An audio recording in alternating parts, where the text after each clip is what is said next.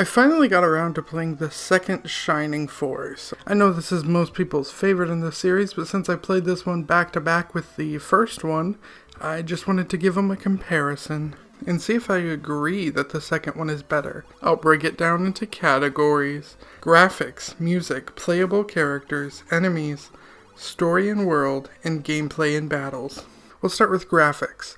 Both games have this very old school RPG look to them, and both are very similar. However, the first one doesn't have like the same brightness and color the second one has.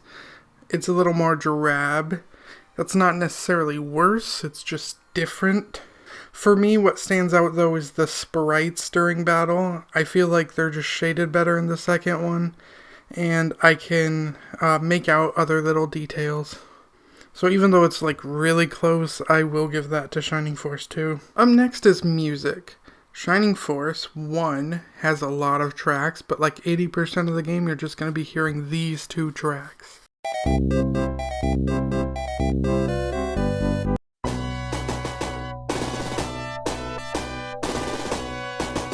And it gets kind of annoying. Shining Force 2 does the same thing, but I feel like they often mix up the tracks more than the first game, and they even have tracks that are actually kinda good. The examples like the final boss music is both intimidating and gives a sense of urgency. I really enjoy it.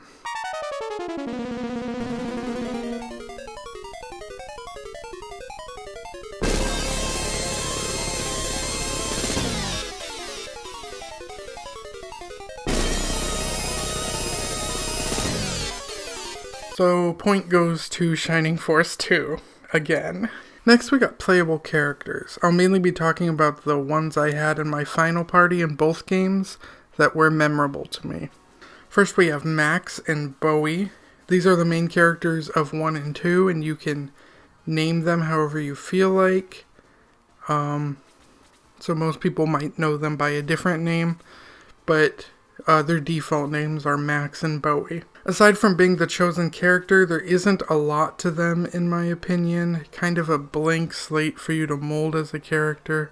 They're just like the chosen one, you know. The most memorable characters in the first game for me was Xylo the werewolf. Shining Force 2 also has a werewolf, but Xylo is actually stronger than Geralt, so at least both are like great characters though. However, the mages, warriors, archers, centaurs, and healers are all more powerful in Shining Force 2. The first one, like, it was always easy for me to decide who to throw away on my team.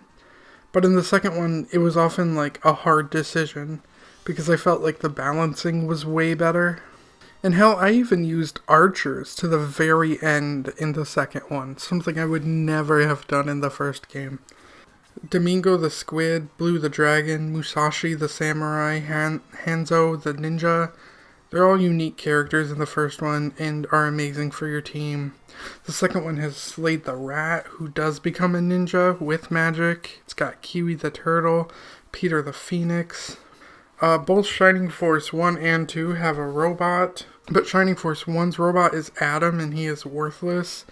And Shining Force 2's is Zinc, who is one of the more powerful characters. Shining Force 2 also has multiple ways to upgrade your fighters too, which not only adds to more customization, but also replayability. So again, it's a hard one, but I feel like Shining Force 2's character roster, both the unique characters and the non-unique characters, would just mop the floor with Shining Force 1's characters. Plus look at Peter's fucking cake. So we're going to give Shining Force 2 the point. Well, so far this is not going how I had it in my mind. I guess I expected like a back and forth, but so far Shining Force 2 is just beating the first one in everything. Enemies. I'm mainly just focusing on the main bad guys. The first one has a lot of reoccurring characters who you fight throughout. Cain and Dark Soul mainly, who are fucking you up from the get-go. Before you face Dark Dragon. So yes, Dark Dragon is the final boss, but you only see him at the end of the game, and other than that, he's only hinted at a bunch. And so his lack of presence makes it feel like Dark Soul's more of the main villain, you know. He does a good job being evil, and Kane switching from evil to good makes him interesting as well. The second one has Camellia and Geshup. These are the servants of Zion, or maybe it's Zion, I'm not sure. But outside of them being cartoonish servants, they never feel very threatening and only show up kind of towards the end of the game. Then we have Odd-Eye, or Oddler, as we first called him. He's a blind boy who joins your force, but has amnesia and really works for Zion. Sort of the opposite of Kane, because he starts off good and ends evil, which I feel honestly made him a greater impact to me, even if I wasn't super invested in him. And Zion, just like Dark Dragon, you only see at the very end of the game. He, however, is a much harder fight, simply because you can only attack him at one spot at a time. So you could only use like one character at a time to hit him, which made him a much greater threat. He was honestly super annoying. He wouldn't have been hard if it wasn't for that, but having that put on me made him way harder. But game-wise, he just has as much story as Dark Dragon, which is just one battle with just a lot of whispers of him. I'm going to give the point to Shining Force 1 here, simply because of how often the villains took part in the story, as compared to Shining Force 2, where they weren't present for a big chunk of the game. Like, they were there, but there was so much going on without them. The story of Shining Force is pretty straightforward. It's just Max gathering a team to defeat the evil that's crushing the world, which is mainly Dark Dragon. Every quest and town all have the greater purpose of getting to Dark Soul and defeating him to stop Dark Dragon. Shining Force 2's story is a little more complex. It still hits all those same beats. You can just switch Dark Dragon for Zion. Shining Force 2, however, has a lot more missions that are just there, that don't lead to the plot. Almost like fun side quests. And it's way less straightforward, with a ton of time not spent on the main story as well. Even the very linear way that the first game ran is gone. As in Shining Force 2, there are multiple times you can skip battles or even go to battles out of order. And while I'm usually okay with the game giving me a lot more choice, I don't feel that it works here as well, as you can get thrown into battles you are unprepared for or get lost a lot. Look at this.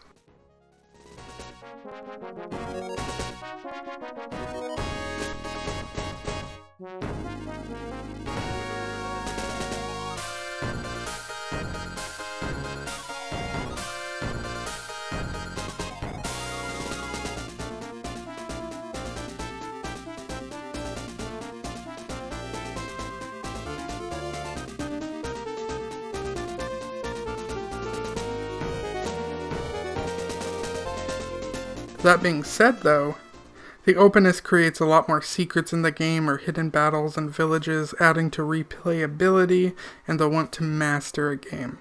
But for me, it led to me getting lost too much or being unsure of where to go, which battle to do next. And for a game that's even longer than the first, I would often get upset at this. So I'm going to give the point to Shining Force 1. Last off is gameplay and battles. In the main world, both games play the same, but Shining Force 2 now lets you search for things without going through the menu, which was really needed. As for battles, the second one has a much smarter AI, making you have to earn your win more.